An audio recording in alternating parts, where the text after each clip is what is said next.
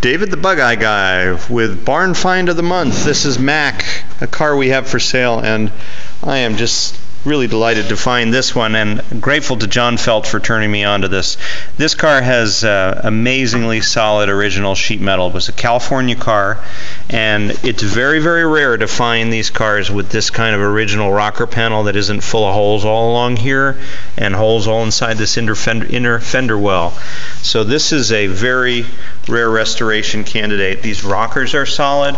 This joint's all solid. There's no rust all in through here. There's just some scaling of the metal, but that metal's all still good. You'll be able to clean that up and reuse that as is.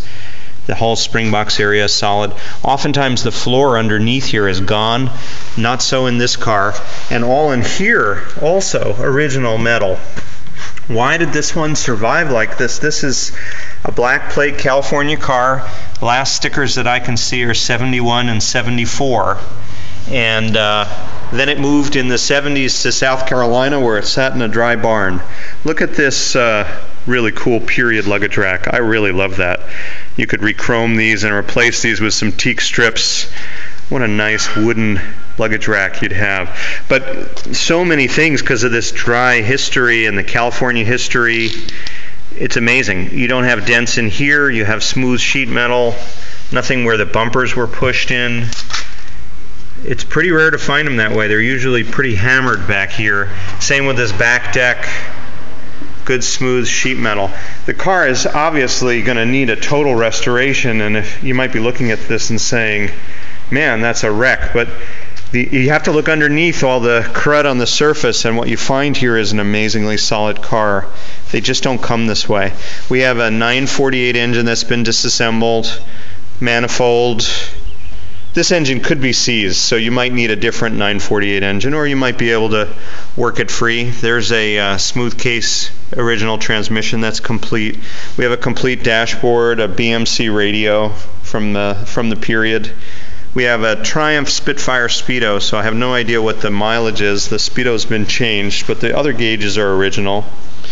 We have these a little bit creased, and they'll need to be replaced, these inner fender linings.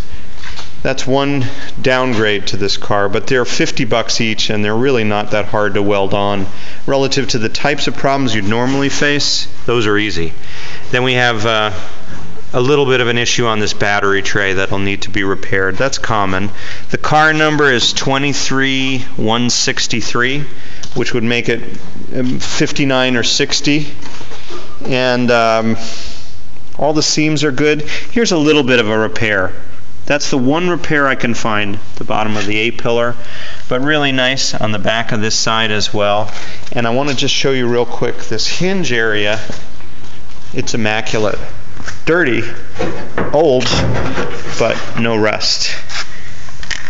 Really nice to see. Right in here, you don't have any issues. Let me show you the nose outside.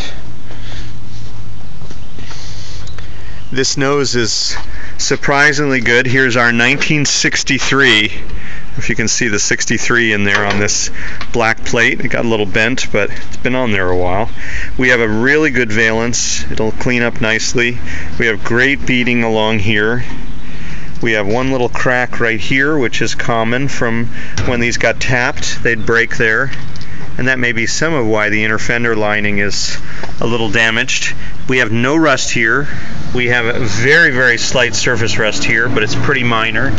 We've got a great straight nose. Of course, it'll all need to be stripped and properly prepared, but what you usually find is dents everywhere and stretched metal and rust all along this beading, and this car has none of those things.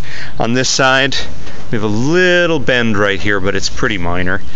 No rust at all right here, and that's all original. The whole underside of the nose, all original, just lovely. And that's the barn find of the month here at BugeyeGuy.com.